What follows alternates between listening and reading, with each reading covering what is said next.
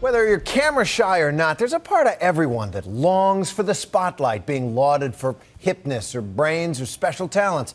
And as technology has revolutionized our ability to communicate with each other, it's also allowed us to celebrate ourselves through boastful tweets, humble brags, status updates, and photos, even if no one's around to snap the shutter. ABC's Juju Chang goes for a close-up on Selfie Nation. Celebrities do it. Even Oscar winners and former first ladies do it. We all do it.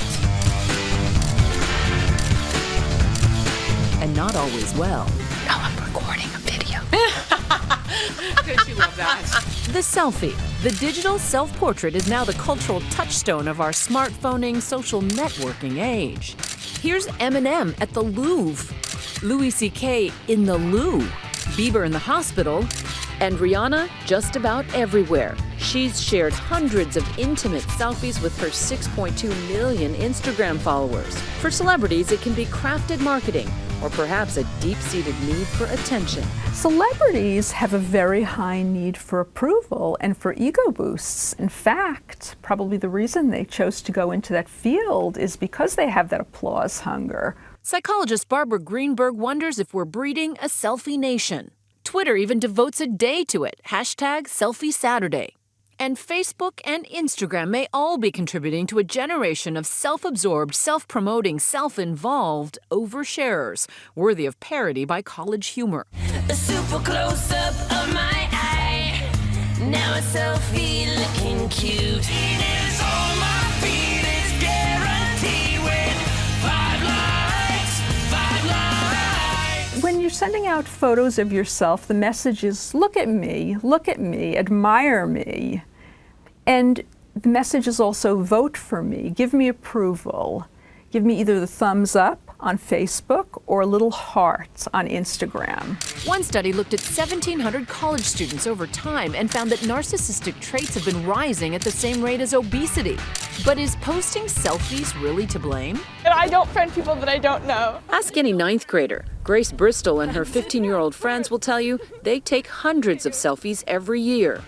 According to research, teen girls are 5 times more likely than boys to share selfies. And I think it's kind of competitive and like a popularity issue too. Right. It's not bad, but like I feel like it could hurt people's feelings. Like it's really kind of like who can post more photos and where like it's Who has more friends, yeah. who has more likes. Yeah, exactly. But does that make us a selfish culture, do you think? Or what does that say about us? I think it's also just a fun thing you can do with your friends. Of course, not everyone thinks selfies are the downfall of civilization.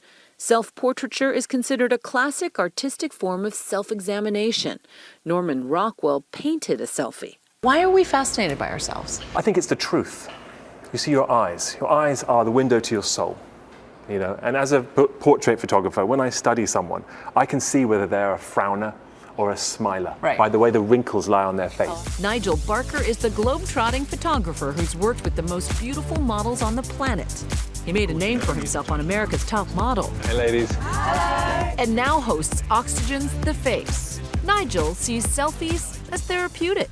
I wrote a book called Beauty Equation, and it was really using phototherapy to inspire people to feel better about themselves, and in fact, as a result, look better. Mm-hmm. There's an element where people, you know, if they feel insecure, if they don't have confidence, they don't like the way they look in a picture, you know, it can really bring themselves down. Mm-hmm. But selfies can easily go awry. Poor lighting, poor framing, or just poor taste. What kind of a selfie shocks? Like that guy pouring chocolate syrup on himself and selfieing? Is that it? It Is can that be. like, so some selfies are like that. They're like exhibitionist selfies. It's all about what you're trying to say. Are you trying to get a date, or is it just purely to say, here I am, or is it to send to your mother? Mm-hmm. Is it to say, here's my new haircut? Or are you just trying to look cool in a picture? Right.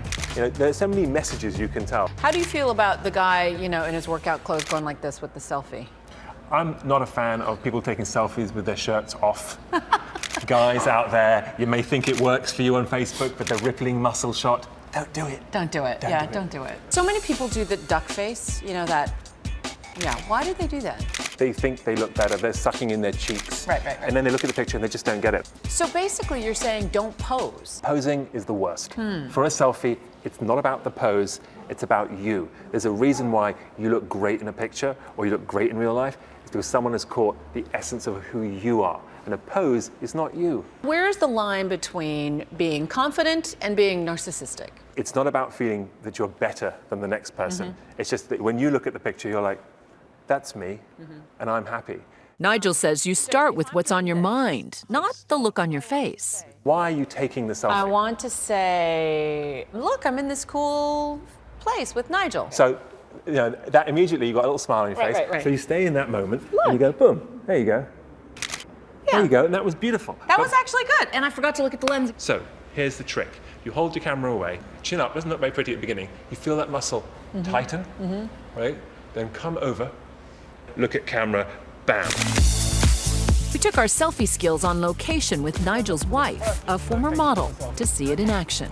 So as a location scout, what does this say? I love this location for several reasons. First of all, the graffiti. It works for me. It's very gritty. It juxtaposes well with perhaps this lovely jacket you're wearing, or in fact, Chrissy's coat. Lovely. Urban. You know, and not Cue your wife, the model. Cue my wife. Not to mention, we've got a great light box, which is this lit up building, which of course lights us up. Spontaneity is the final secret. 1, 2, 3. It doesn't just make good selfies. Spontaneity is the spice of life. That worked perfectly. For Nightline, I'm Juju Chang in New York.